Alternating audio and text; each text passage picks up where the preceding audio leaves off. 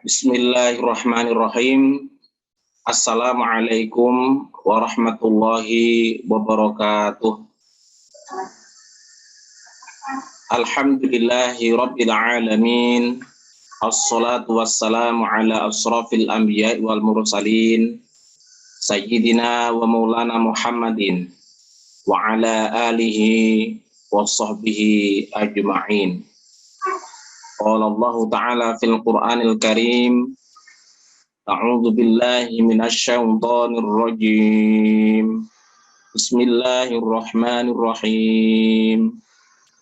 Fastamsik billadzi uhiya ilaik, innaka 'ala shiratin mustaqim. Model itu gini aja. Inna kulla syai'in khalaqnahu biqadar. Shadaqallahul azim. Jadi mereka perlu tenaga kerja. Alhamdulillahirabbil alamin.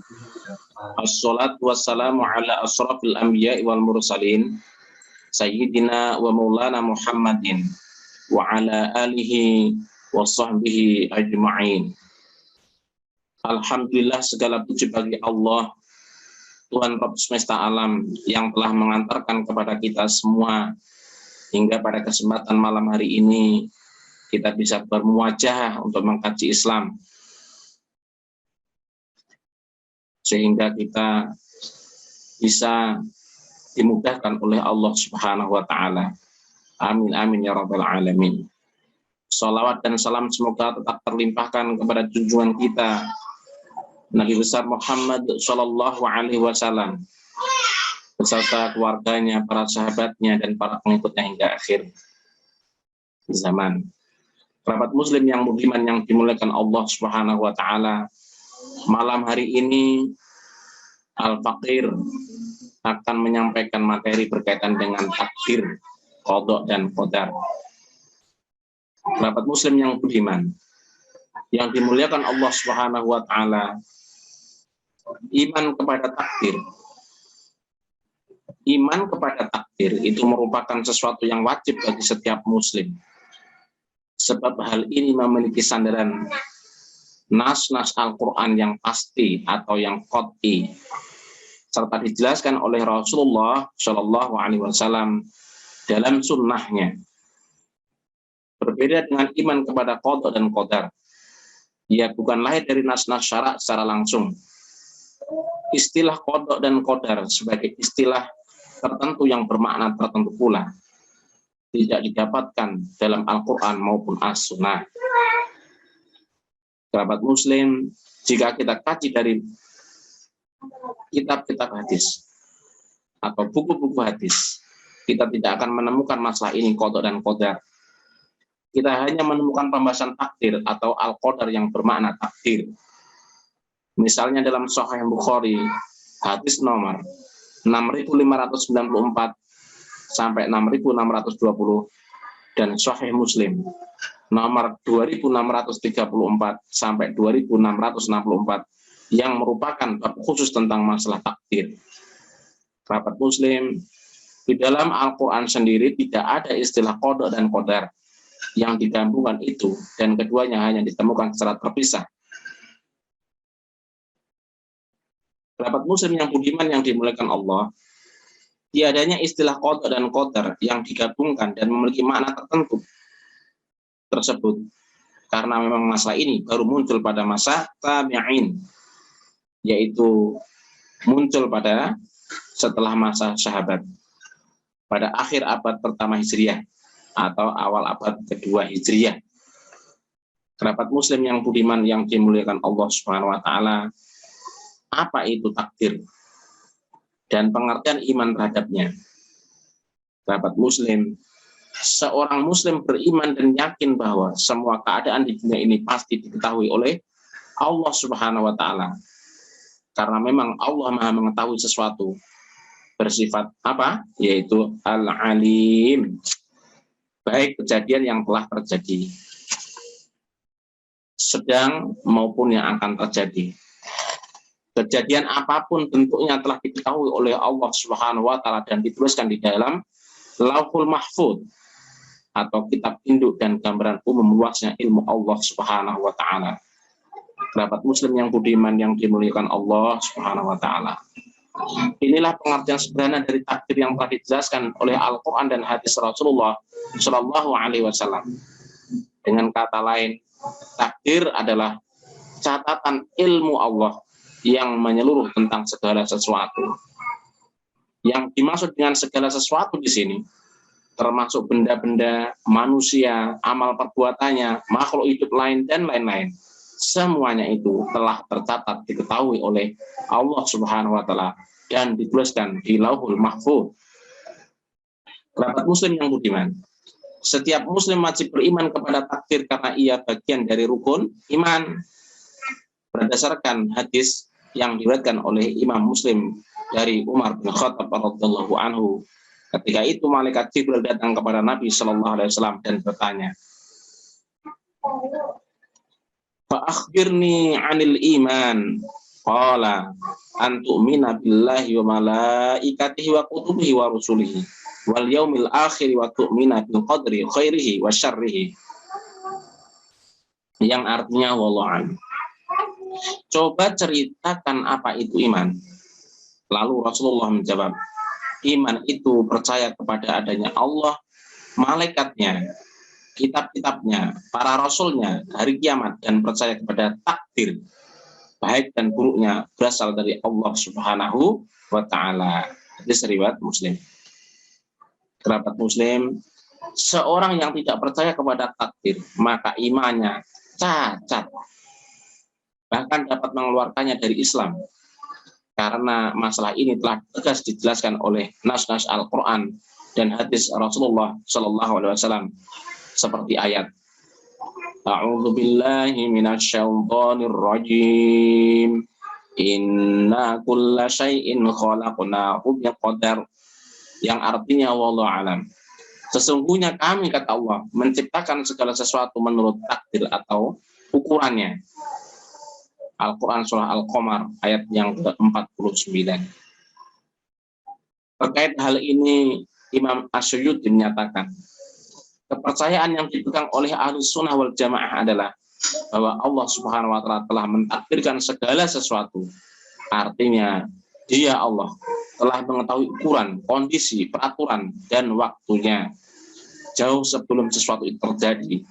Oleh karena itu, tidak ada sesuatu kejadian di langit dan bumi kecuali seluruhnya muncul dari ilmu, qudrah, kekuasaan, dan iradah kehendak dari Allah Subhanahu wa taala. Ini dalam tafsir Imam Al-Qurtubi, juz 17 halaman 148. Kerabat muslim yang budiman, makna dari semua ini adalah bahwa Allah Subhanahu wa taala telah mengetahui segala sesuatu tentang manusia sebelumnya ia diciptakan. Dia juga mengetahui ketetapan nasib seseorang di dunia ini maupun di akhirat kelak, bahagia atau celaka, sukses atau gagal, kaya atau miskin, umurnya, dan sebagainya. Kerabat muslim, maka pahamilah, pembahasan masalah takdir sebenarnya hanyalah pembahasan tentang kekuasaan Allah Subhanahu wa taala. Takdir itu merupakan ilmu Allah dan kekhususan baginya, yaitu bagi Allah Subhanahu wa taala. Ilmu Allah mencakup segala sesuatu karena ia memang bersifat al-alim dan mustahil ada sesuatu yang tidak diketahuinya. Kerabat muslim yang budiman, hadis yang diriwayatkan oleh Imam Abu Dawud dari Hudzaifah menunjukkan wajibnya iman kepada takdir dan larangan mengingkarinya, yang artinya wallahu alam. Bagi setiap umat akan muncul segolongan manusia yang berperilaku seperti Majusi. Orang-orang Majusi mengatakan bahwa tidak ada takdir. Jika di antara mereka ada yang meninggal, maka janganlah kalian menghadiri jenazahnya. Jika mereka sakit, janganlah dijenguk, sebab mereka adalah sama dengan golongan Dajjal. Memang pantas ketentuan tersebut, yaitu menghubungkan perilaku mereka yang mirip dengan Dajjal adalah ketentuannya hak atau benar dari Allah Subhanahu wa taala. Kerabat muslim, meskipun kita beriman kepada takdir ilmu Allah Subhanahu wa taala, tetapi janganlah mencampur adukan antara iman kepada takdir tersebut dengan amal perbuatan manusia.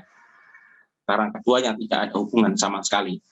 Artinya ilmu Allah atau takdir tidak pernah memaksa seseorang untuk berbuat sesuatu dan juga tidak pernah memaksa seseorang untuk tidak berbuat sesuatu. Kerabat muslim yang budiman, Rasulullah Shallallahu Alaihi Wasallam telah melarang para sahabatnya mencampur adukan pemahaman takdir dengan amal perbuatan manusia yang dapat menyebabkan manusia tidak mau berusaha. Harus dipahami bahwa ada perbedaan antara apa-apa yang harus diyakini dengan apa-apa yang harus dikerjakan. Telah diriwayatkan dalam Sahih Muslim dari Ali bin Abi Thalib radhiyallahu anhu yang artinya, wallahu alam, Rasulullah SAW suatu hari duduk-duduk bersama para sahabat. Di tangan beliau ada sepotong kayu. Lalu dengan kayu tersebut beliau menggores-gores tanah. Lalu Nabi mengangkat kepala dan berkata, setiap kalian yang bernyawa sudah ditetapkan tempatnya di jannah atau di surga dan jahanam. Para sahabat terkejut lalu bertanya, kalau demikian ya Rasulullah, apa gunanya kita beramal? Apakah tidak lebih baik kita bertawakal saja kepada takdir? Beliau menjawab, Rasulullah menjawab, jangan, tetaplah beramal. Setiap orang akan dimudahkan oleh Allah jalan yang sudah ditentukan baginya. Lalu Rasulullah membaca surat Al-Lail ayat 5-10. Kerabat muslim yang budiman yang dimuliakan Allah Subhanahu wa taala, sesungguhnya Islam mengajarkan bahwa manusia diciptakan dengan bekal akal, diciptakan dengan bekal kekuatan, persiapan tenaga dan ilmu agar ia mampu membedakan mana yang salah dan mana yang benar, mana yang hak dan mana yang batil sebagai standar perbuatannya. Dengan demikian maka secara sukarela manusia akan memilih tanpa adanya unsur paksaan suatu kehendaknya sendiri, karena sesungguhnya takdir hanyalah pemberitahuan tentang ilmu Allah yang sangat luas, meliputi segala sesuatu, dan ilmu Allah tersebut tidak pernah memaksa seseorang untuk berbuat sesuatu atau tidak berbuat sesuatu. Ini bisa kita lihat di dalam akidah Islam Imam Al-Khattabi dalam Sayyid Sabiq halaman 151.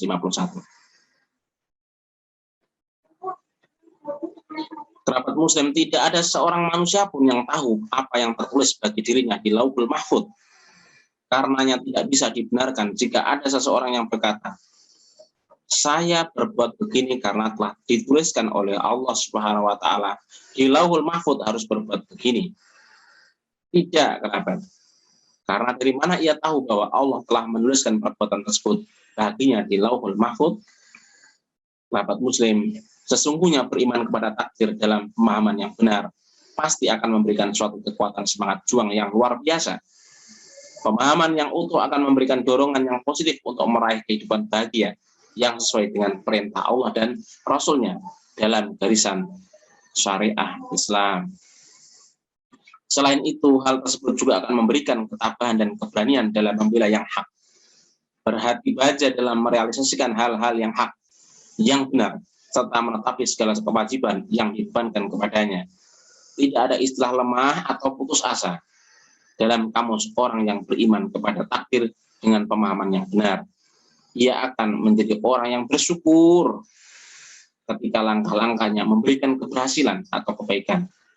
Dan ia akan menjadi orang yang sabar ketika langkah-langkahnya tidak memberikan keberhasilan. Sabar, sabar, dan sabar. Kerabat muslim yang budiman yang dimuliakan Allah Subhanahu wa taala.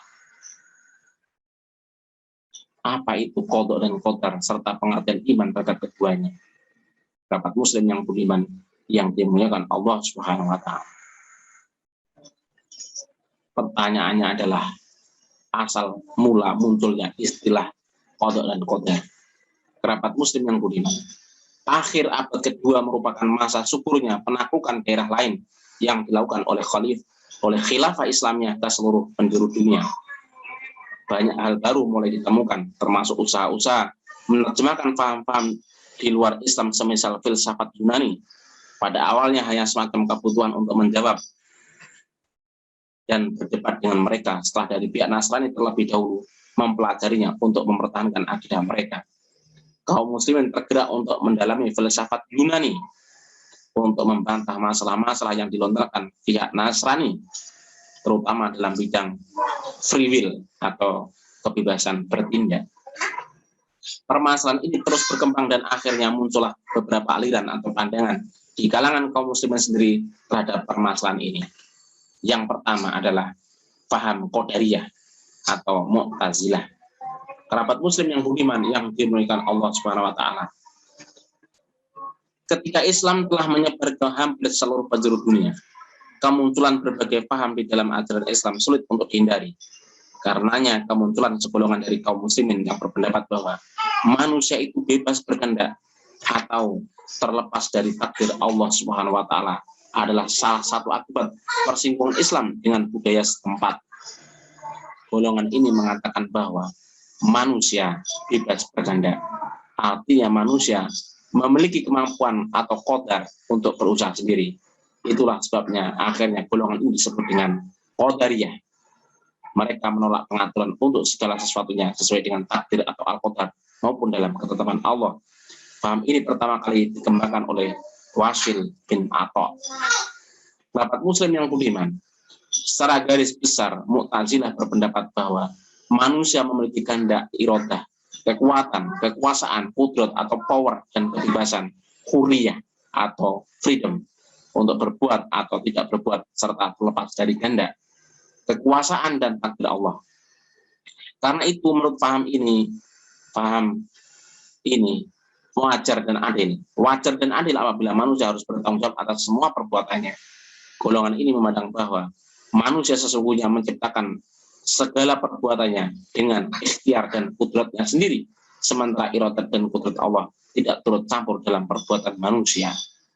Kerabat muslim yang budiman, inilah paham indeterminasi atau Qadariyah dari filsafat Yunani yang masuk ke pemikiran dunia Islam, yang menyebabkan banyaknya orang yang terselewengkan hanyut oleh pikiran melayang yang akhirnya jatuh ke jurang kesesatan. Bahkan pemikiran ini telah mengganggu persatuan umat. Kerabat muslim yang dimuliakan Allah Subhanahu wa taala.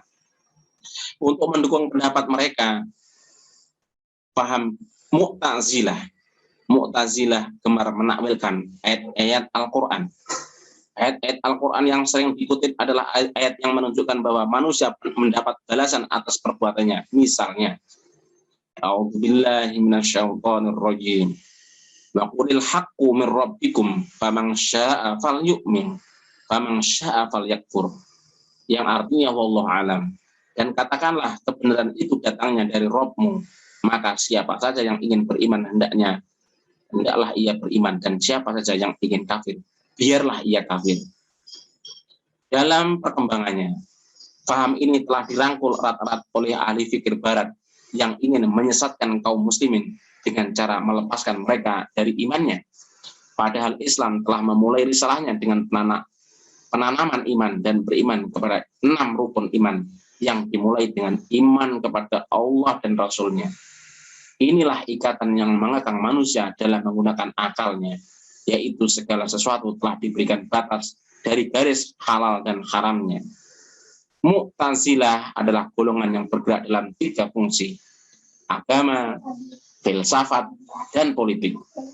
Nama lain Mu'tazilah adalah Qadariyah, Adliyah atau Ahlul Adli wa Tauhid, penganut paham keadilan dan keesaan Allah. Kerabat muslim yang budiman yang dimuliakan Allah Subhanahu wa taala. Yang berikutnya adalah paham Jabariyah. Apakah paham Jabariyah itu? Paham Jabariyah ini sangat bertolak belakang dengan paham sebelumnya, sangat bertolak belakang dengan paham Mu'tazilah. Mengenai kemunculannya apa? Ada yang berpendapat bahwa paham Jabariyah muncul sebelum adanya Mu'tazilah. Orang pertama yang memelopori paham Jabariyah adalah Jahmu bin Safwan. Ia berkata bahwa manusia itu tidak memiliki kekuasaan untuk memilih. Ia harus pasrah. Ia tidak mengerjakan sesuatu selain apa yang telah ditentukan. Dan bahwa Allah telah menakdirkan amal perbuatan manusia yang harus dikerjakan sebagaimana Allah telah menciptakan benda-benda. Ia tidak ubahnya seperti air yang mengalir, angin yang berhembus, batu yang jatuh, tertarik oleh gaya gravitasi misalnya. Manusia melakukan sesuatu apapun sesuai dengan apa yang telah ditetapkan oleh Allah. Ia hanya berfungsi sebagai alat, tidak lebih dari itu. Itulah paham Jabariyah. Paham Jabariyah mengatakan, pahala, siksa, dan amal perbuatan tidak lain adalah hasil dari paksaan. Allah telah mentakdirkan terhadap diri seseorang sesuatu amal perbuatan, misalnya kebaikan katanya, agar orang tersebut mendapat pahala. Dan begitu juga kalau Allah telah menakdirkan seseorang yang lain untuk melakukan amal perbuatan maksiat, maka orang tersebut telah ditakdirkan akan mendapatkan siksa. Katanya seperti itu. Sahabat muslim yang budiman yang dimuliakan Allah Subhanahu wa taala. Imam Sa'duddin At-Tazani menyebutkan, golongan ini berpendapat bahwa manusia sekali-kali tidak menguasai dirinya dalam setiap perbuatan, apakah baik atau jahat. Manusia bukan subjek katanya, melainkan hanya sebagai objek dan enggak dari luar. Dengan kata lain, manusia dipaksa oleh kekuatan dari luar dirinya, yakni atas kehendak dan kekuasaan Allah. Ia tidak mempunyai kebebasan berkehendak, la hurriyatul iradah, dan tidak memiliki kekuasaan untuk berbuat sesuatu. Itulah yang dinamakan dengan paham Jabariyah. Kerabat muslim yang budiman yang dimuliakan Allah Subhanahu wa taala. Yang berikutnya adalah paham Asy'ariyah, kadang disebut Ahlus Sunnah. Kerabat muslim yang budiman yang dimuliakan Allah Subhanahu wa taala. Apakah yang dimaksud dengan paham Asy'ariyah atau Ahlus Sunnah itu? Menurut Muhammad Fuad Fakhruddin mengatakan bahwa kemunculan dua paham di atas mendorong kalangan ulama Ahlus Sunnah seperti Abdul Hasan Al-Asy'ari dan Mansur Al-Maturidi memberikan jawaban untuk membela akidah umat Islam agar tidak tersesat oleh kedua paham di atas, yaitu paham Mu'tazilah Qadariyah atau Jabariyah. Kerabat muslim yang budiman, walaupun di kalangan Ahlus Sunnah wal Jamaah terbagi dua golongan, tetapi mereka sepakat bahwa manusia mempunyai atau diberi kebebasan berkehendak, berkuasa, dan berpengetahuan, tetapi hanya sampai ujung tertentu. Artinya tetap dibatasi, ada batasan, dibatasi. Kerabat muslim yang budiman, paham ini berpendapat bahwa sesungguhnya pada diri manusia ada kehendak berbuat dan ada khasiat yang melahirkan perbuatan. Ini ya paham Ahlussunnah. Semua itu diciptakan oleh Allah Subhanahu wa taala tatkala seseorang memulai melakukan suatu perbuatan sampai pada suatu batas yang saat batas itulah Allah menentukan. Jadi tidaknya perbuatan tersebut. Jadi ketika seseorang akan atau sedang berbuat maksiat atau perbuatan terpuji, maka ketika itulah Allah menciptakan perbuatan tersebut bagi si hamba. Kesimpulan itu diambil dari beberapa ayat Al-Quran antara lain. A'udzubillahi minasyaitonir rajim. Ulaika ashabul jannati khalidina fiha jazaa'an bima kanu ya'malun. Yang artinya wallahu alam, mereka itulah penghuni jannah, mereka kekal di dalamnya sebagai balasan atas apa yang telah mereka kerjakan. Surah Al-Ahqaf ayat yang ke-14. A'udzubillahi minasyaitonir rajim. Wa qulil haqqu min rabbikum faman syaa'a falyu'min faman syaa'a falyakfur. Yang artinya wallahu alam. Dan katakanlah kebenaran itu datangnya dari Rabb-mu, maka siapa saja yang ingin beriman hendaklah ia beriman, dan siapa saja yang ingin kafir biarlah ia kafir. Dalam Al-Quran surah Al-Kahfi ayat 29. Kerabat muslim yang budiman yang dimuliakan Allah Subhanahu wa taala, di dalam Al-Quran surah Al-Baqarah ayat 266 yang artinya wallahu alam, Allah tidak membebani seseorang melainkan sesuai dengan kesanggupannya. Ia mendapat pahala dari kebajikan yang diusahakannya, dan ia mendapat siksa dari kejahatan yang dikerjakannya. Ma'asyiral muslimin, fahbah muslim yang dimuliakan Allah Subhanahu wa taala.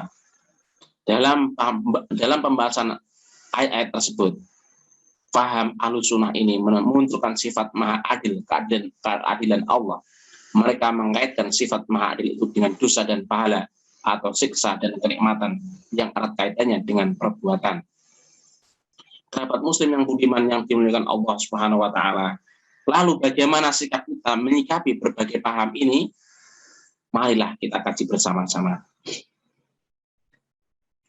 Demikianlah kerabat muslim. Kaum muslimin terpecah ke dalam 3 golongan besar. Ketika mereka membahas amal atau perbuatan manusia yang dikaitkan dengan asas taklif, beban, pahala, dan siksa. Terjadinya golongan-golongan tersebut disebabkan karena mereka menakwilkan beberapa nas ayat Al-Quran tentang perbuatan manusia yang menurut mereka muncul atas kekuasaan manusia sendiri. Juga karena ada nas dari ayat Al-Quran yang menurut mereka menunjukkan bahwa perbuatan manusia tergantung kepada kehendak Allah. Golongan pertama dari kalangan Mu'tazilah, golongan kedua dari golongan Jabariyah. Namun ada golongan yang berada di tengah-tengah di antara kedua golongan tersebut. Apa itu? Yaitu kalangan Ahlus Sunnah. Kerabat muslim yang budiman, yang dimuliakan Allah Subhanahu wa taala. Kalau kita teliti secara mendalam, maka apabila kita meneliti masalah qada dan qadar sebagai suatu istilah baru yang memiliki makna tersendiri, akan kita dapati bahwa ketelitian pembahasannya menurut kita untuk mengetahui terlebih dahulu dasar berdirinya pembahasan ini, atau dengan kata lain, apa yang menjadi dasar pembahasan dalam permasalahan qada dan qadar ini. Apa itu dasarnya, kerabat muslim? Sesungguhnya dasar pembahasan permasalahan ini adalah pertanyaan sebetulnya.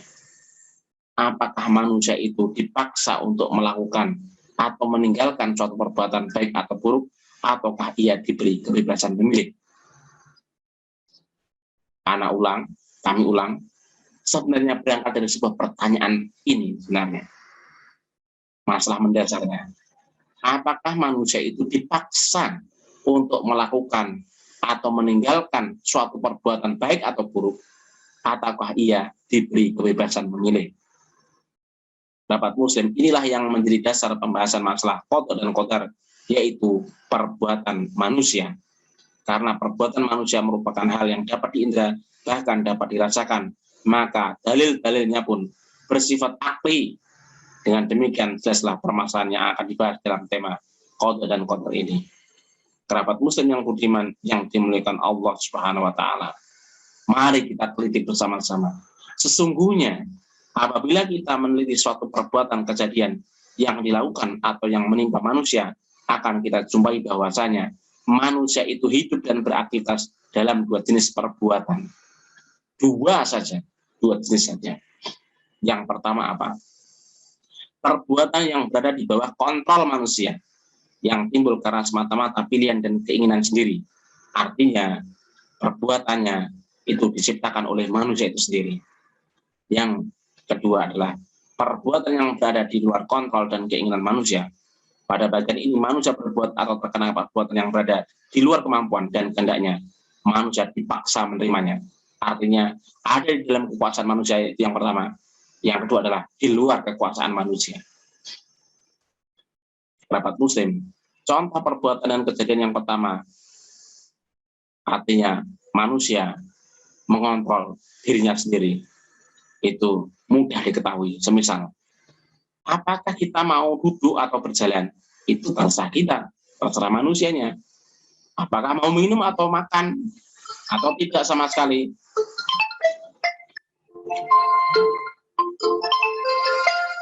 Sebentar, ada telepon masuk. Kerabat muslim yang budiman yang dimuliakan Allah Subhanahu wa taala. Apakah manusia itu mau minum sirup atau khamar? Itu terserah manusia. Manusia punya hak, punya pilihan. Apakah manusia ingin berbakti atau durhaka kepada orang tua? Itu adalah sebuah pilihan. Pilihan manusia itu sendiri. Apakah mau belajar ataukah tidak? Itu adalah pilihan manusia itu sendiri, dan lain-lain. Seluruh perbuatan ini jelas dilakukan atas kesadaran dan kesukarelaan manusia tanpa paksaan dari pihak manapun. Jadi contoh yang pertama, perbuatan yang berada di bawah kontrol manusia. Yang kedua adalah manusia tidak memiliki peran apapun atas kejadiannya, yaitu manusia dipaksa untuk menerimanya, sukarela maupun terpaksa, karena memang berada di luar kekuasaan manusia.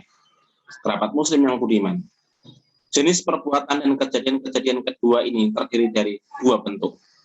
Pertama, kejadian yang ditentukan oleh nizam wujud atau sunatullah atau peraturan alami. Misalnya, ia lahir dari seorang ibu dengan bentuk fisik dan warna kulit tertentu.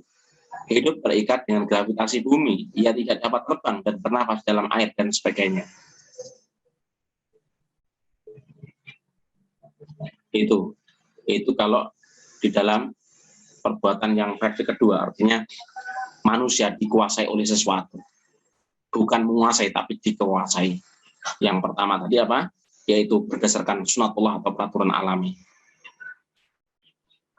Kedua, kejadian yang tidak ditentukan oleh nizam wujud namun tetap berada di luar kekuasaan manusia, seperti seseorang yang terjatuh dari atas tembok dan menimpa orang lain, dan orang yang tertimpa tersebut meninggal misalnya. Atau seperti halnya kecelakaan pesawat, kereta api dan mobil disebabkan karena kerusakan mendadak, baik yang berasal dari manusia atau yang malah di luar kemampuannya.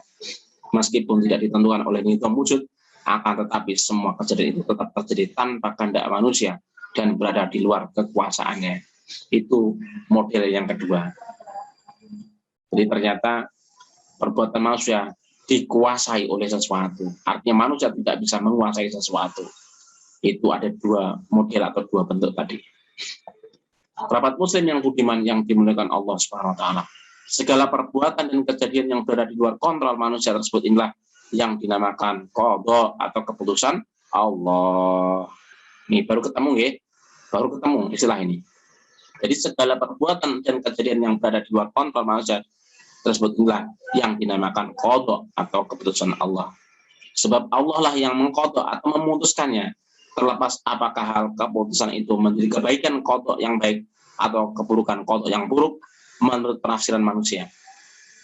Yang jelas kebaikan atau keburukan tersebut bukan menimpa kita karena adanya hari baik atau hari sial, memakai jimat atau mantra dan sebagainya.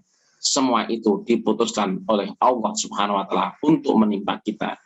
Inilah qada Allah Subhanahu wa taala. Inilah keputusan Allah Subhanahu wa taala, dan tidak ada satu makhluk pun yang dapat menentukan hal ini selain Allah semata. Kerabat muslim yang budiman, oleh karena itu seorang hamba tidak akan dihisab, tidak akan dihitung atas terjadinya kejadian-kejadian ini karena di luar kontrol manusia. Meskipun kejadian tersebut mengandung manfaat atau kerugian, disukai atau dibenci oleh manusia, manusia tidak akan dihisab atas kejadian ini, sebab manusia tidak memiliki pengaruh terhadap kejadian tersebut, serta tidak tahu menahu mengenai kejadian tersebut. Bagaimana hal tersebut bisa terjadi? Ia pun tidak memiliki kemampuan sama sekali untuk menolak atau mendatangkannya. Manusia hanya diwajibkan untuk beriman akan adanya qada, dan bahwasanya qada itu datangnya dari Allah Subhanahu wa taala, bukan dari yang lain. Kerabat muslim yang budiman, itulah pengertian qada dalam pembahasan istilah qada qadar yang digabungkan ini. Sedangkan untuk memahami pengertian qadar dapat disimak sebagai berikut. Kerabat muslim yang budiman yang dimuliakan Allah Subhanahu wa taala. Apa itu qadar sebetulnya? Oleh karena itu, kerabat muslim, bahwasanya segala perbuatan atau kejadian, baik jenis yang pertama maupun yang kedua, semuanya terjadi dari benda, menimpa terhadap benda. Baik benda itu termasuk dalam unsur alam semesta, manusia maupun kehidupan. Misalnya, peristiwa tabrakan antara mobil, benda bersifat keras dengan manusia, kebakaran antara api dengan benda lain, dan sebagainya. Sesungguhnya Allah Subhanahu wa taala juga telah menciptakan benda-benda tersebut beserta khasiat-khasiat, karakteristik atau sifat-sifat tertentu pada benda-benda tersebut. Contohnya apa misalnya? Contoh mudahnya adalah api itu dari sononya, itu khasiatnya apa? Dari sononya khasiat api diciptakan untuk membakar. Dalam kayu terdapat khasiat terbakar. Dalam pisau misalnya, pisau yang tajam, benda yang tajam. Khosiatnya apa? Ya pasti khosiatnya adalah memotong. Iya, memotong. Demikian benda-benda yang lain juga sama, punya khosiat masing-masing. Pada manusia ada rasa lapar, pasti itu manusia. Pada manusia ada rasa haus, pasti itu. Juga ada ghorizah, naluri, karena memang naluri itu diciptakan oleh Allah Subhanahu wa taala. Seperti apa naluri? Yaitu naluri seksual atau melestarikan jenis. Kemudian naluri mempertahankan diri atau ghorizatul baqa, dan kemudian naluri beragama atau ghorizatul tabayyun dan sebagainya. Allah Subhanahu wa taala telah menjadikan khosiat-khosiat ini tunduk sesuai dengan nizam wujud yang tidak bisa dilanggar lagi. Bila suatu waktu tampak khosiat ini melanggar nizam wujud atau sunatullah, hal ini karena Allah Subhanahu wa taala telah menarik khosiat tadi. Hal ini merupakan sesuatu yang berada di luar kebiasaan, yang hanya terjadi bagi para nabi dan menjadi mukjizat bagi mereka. Kerabat muslim yang budiman yang dimuliakan Allah Subhanahu wa taala. Seluruh khosiat yang diciptakan oleh Allah ini, baik yang terdapat pada benda-benda ataupun yang terdapat pada manusia, semisal ghorizah, naluri, serta kebutuhan jasmani, inilah yang dinamakan dengan qadar atau penetapan batasan atau kadar. Sebab hanya Allah sendiri yang menciptakan benda-benda, ghorizah serta kebutuhan jasmani tersebut, dan Ia menetapkan khosiat-khosiat di dalamnya. Khosiat-khosiat ini tidak datang dengan sendirinya dari unsur-unsur tersebut, seperti pernyataan orang-orang ateis materialistis atau materialis ya. Oleh karena itu dalam masalah ini manusia sama sekali tidak memiliki andil atau pengaruh apapun. Ia hanya diwajibkan untuk mengimani bahwa yang menetapkan khosiat-khosiat dalam benda-benda tersebut hanyalah Allah Subhanahu wa taala semata. Sahabat muslim yang budiman, perlu dipahami bahwa seluruh khosiat ini memiliki qobiliyah atau tendensi atau kecenderungan atau muyul-muyul untuk digunakan oleh manusia guna berbuat suatu amal perbuatan. Apakah perbuatan itu berupa kebaikan ataukah keburukan? Apabila digunakan sesuai dengan perintah Allah, perbuatan tersebut berarti perbuatan baik. Sedangkan apabila digunakan untuk melanggar aturan Allah Subhanahu wa taala, berarti ia telah berbuat jahat. Kerabat muslim, baik ia melakukan perbuatannya itu dengan menggunakan khosiat-khosiat yang ada pada benda atau dengan memenuhi panggilan ghorizah dan kebutuhan jasmaninya. Kerabat muslim yang budiman yang dimuliakan Allah Subhanahu wa taala. Oleh karena itu, mari kita bersama-sama mengetahui makna iman kepada qadar baik buruknya dari Allah Subhanahu wa taala. Kerabat muslim yang budiman yang dimuliakan Allah Subhanahu wa taala. Demikianlah perbuatan atau kejadian yang berada di luar kontrol dan kemauan manusia datangnya dari Allah Subhanahu wa taala. Apakah baik atau buruk, dan khosiat-khosiat yang ada pada benda-benda, ghorizah serta kebutuhan jasmani juga datangnya dari Allah. Baik hal itu bisa menghasilkan kebaikan ataupun keburukan. Oleh karena itu wajib bagi seorang muslim untuk beriman kepada qada baik dan buruknya dari Allah Subhanahu wa taala. Sahabat muslim yang budiman, dengan kata lain mengiktikadkan, meyakinkan pada diri kita bahwasanya perbuatan dan kejadian yang berada di luar kekuasaannya adalah dari Allah Subhanahu wa taala, dan wajib pula bagi seorang muslim untuk beriman kepada qadar baik dan buruknya dari Allah Subhanahu wa taala. Baik khosiat-khosiat tersebut dapat menghasilkan kebaikan ataupun keburukan. Manusia sebagai makhluk tidak mempunyai pengaruh apapun dalam hal ini. Misalnya terhadap ajalnya, terhadap rezekinya, dan dirinya. Kecenderungan seksualnya yang terdapat pada ghorizatun naum, naluri melestarikan jenis, atau rasa lapar dan haus yang terdapat pada kebutuhan jasmaninya. Hal ini semuanya datang dari Allah Subhanahu wa taala semata. Kerabat muslim yang budiman yang dimuliakan Allah Subhanahu wa taala. Amal manusia yang akan dihisab, kerabat muslim. Mari kita kaji bersama-sama. Demikianlah pembahasan yang berkaitan dengan perbuatan dan kejadian yang terdapat di luar kontrol dan kemauan manusia.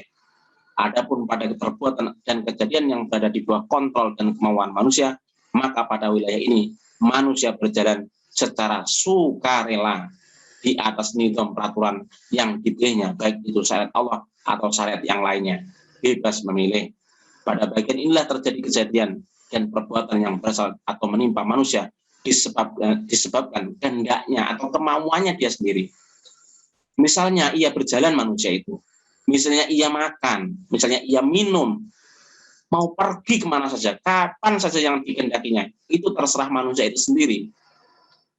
Ia membakar dengan api dan memotong dengan pisau, apa saja yang dikehendakinya, bebas saja itu. Dan ia memuaskan keinginan seksualnya ataupun keinginan memiliki barang atau keinginan perutnya dengan cara apapun yang ia kehendaki. Ia melakukannya dengan sukarela, sebagaimana ia tidak melakukannya juga dengan sukarela. Karena itulah ia akan ditanya atas perbuatan-perbuatannya di dalam bagian ini. Jadi literasi kita, belajar kita berkaitan dengan perbuatannya, di sini letaknya. Ternyata perbuatan manusia itu akan dihisab oleh Allah Subhanahu wa Ta'ala. Kerabat Muslim, bila terjadi suatu perbuatan atau kejadian, bukan qadar ini yang melakukan perbuatan, melainkan manusialah yang melakukan perbuatan dengan memanfaatkan khosiat tadi, yang memanfaatkan potensi setiap benda-benda atau naluri-nalurinya tadi. Dorongan seksual yang terdapat pada goris itu misalnya, memang mempunyai kobiliah kecenderungan, memiliki muyul-muyul atau kecenderungan-kecenderungan untuk kebaikan atau keburukan, namun manusialah yang menggunakannya sesuai dengan pilihannya. Jadi bukan salah Allah Subhanahu wa Ta'ala, tidak, tapi salah manusia itu sendiri. Manusia yang bertanggung jawab dengan dirinya sendiri itu. Hal ini kerabat Muslim, karena Allah Subhanahu wa Ta'ala telah menciptakan akal. Nah ini fungsi akal. Karena Allah Subhanahu wa Ta'ala telah menciptakan akal bagi manusia yang mampu membedakan. Di dalam tabiat akal ini diciptakan kemampuan memahami serta membeda-bedakan, menggolong-golongkan, memilih mana yang baik, mana yang takwa, mana yang buruk, mana yang fujur, dan lain sebagainya. Kerabat Muslim yang budiman, di dalam Al-Quran surah Asy-Syam ayat 8, Allah Subhanahu wa Ta'ala berfirman, A'udzubillahi minasyaitonir rajim. Fa'alhamaha fujuraha wa taqwaha. Yang artinya wallahu alam. Dan ia pun memberinya ilham akan mana yang buruk dan mana yang takwa. Kerabat Muslim, dan di sisi lain Allah telah menunjukkan kepada manusia jalan baik dan buruk. Allah Subhanahu wa Ta'ala telah menggariskan, telah memberitahu kepada manusia bahwasanya ada dua jalan sebenarnya. Wa hadainahu najdain, yang artinya wallahu alam, telah kami tunjukkan padanya dua jalan. Di dalam Al-Quran surah Al-Balad ayat yang ke-10. Oleh karena itu maka apabila manusia memuaskan panggilan gorisah, naluri, dan kebutuhan jasmaninya sesuai dengan perintah dan larangan Allah Subhanahu wa Ta'ala, berarti apa? Berarti manusia itu berarti ia telah melakukan kebaikan dan berjalan di atas jalan takwa, dalam track yang benar, jalan yang benar. Akan tetapi apabila ia memenuhi panggilan gorisah, memenuhi panggilan naluri atau kebutuhan jasmani sekalipun, seraya berpaling dari perintah Allah dan larangannya, berarti apa? Berarti ia telah melakukan perbuatan buruk dan berjalan di atas jalan jahat atau kejahatan.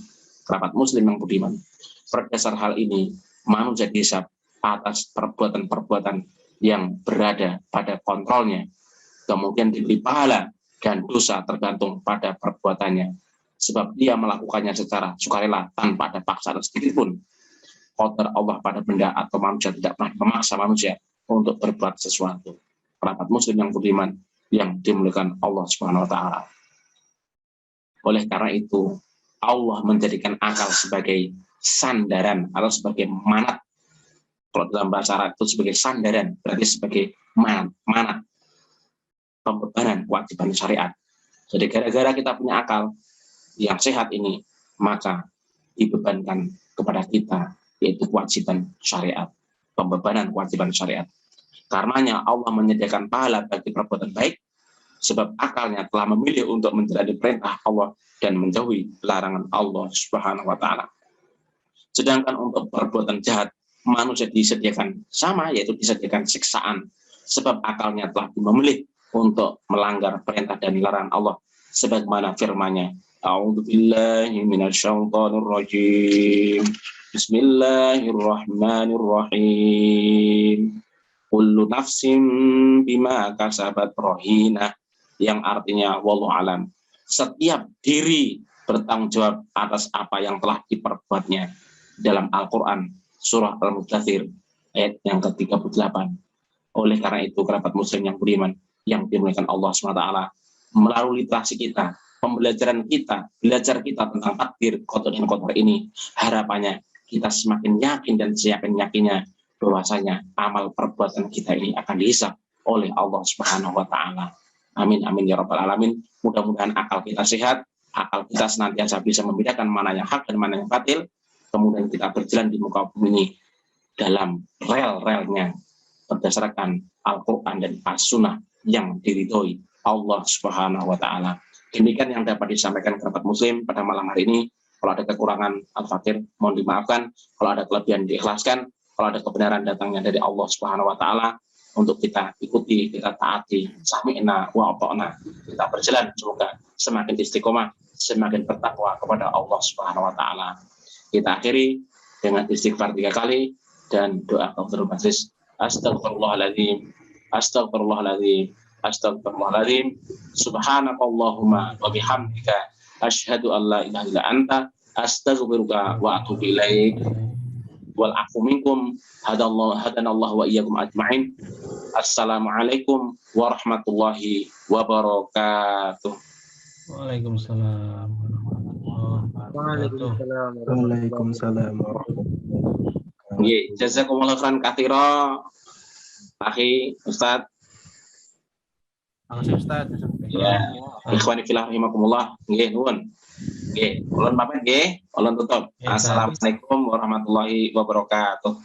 Waalaikumsalam warahmatullahi wabarakatuh.